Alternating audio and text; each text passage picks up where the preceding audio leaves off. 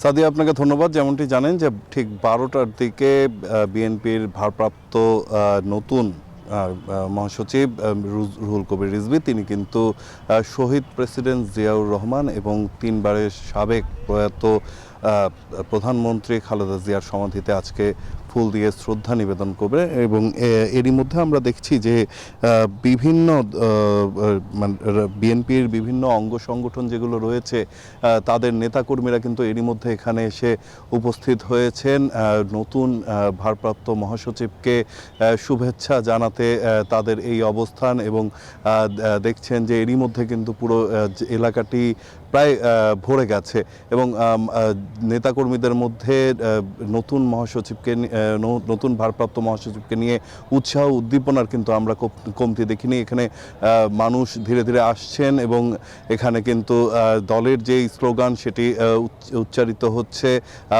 শুভেচ্ছা জানানো হচ্ছে বিএনপির ভারপ্রাপ্ত মহাসচিব রুহুল কবির রিজভীকে এবং তাকে অভিনন্দন জানানোর জন্য কিন্তু আজকে এখানে নেতাকর্মীর এই ঢল।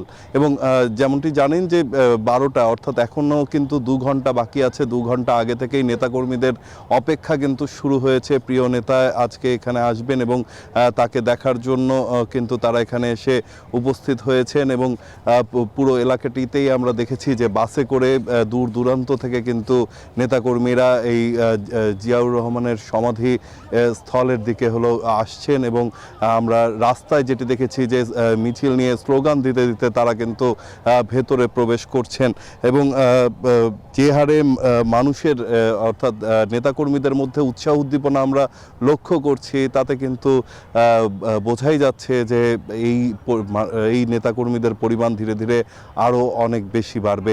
তো আজকে সমাধিস্থলে আসবেন বিএনপির নতুন ভারপ্রাপ্ত মহাসচিব রুহুল কবির রিজভী। তিনি এখানে শ্রদ্ধা নিবেদন করবেন, মাগফিরাত কামনা করবেন শহীদ রাষ্ট্রপতি জিয়াউর রহমান এবং প্রয়াত প্রধানমন্ত্রী খালেদা জিয়ার সমাধিতে। তো এই ছিল আমার কাছে এখানকার সবশেষ তথ্য। জিকো, ধন্যবাদ আপনাকে। বসুন্ধরা টিস্যু, অশুদ্ধতার বিরুদ্ধে এক বিন্দুও ছাড় নয়।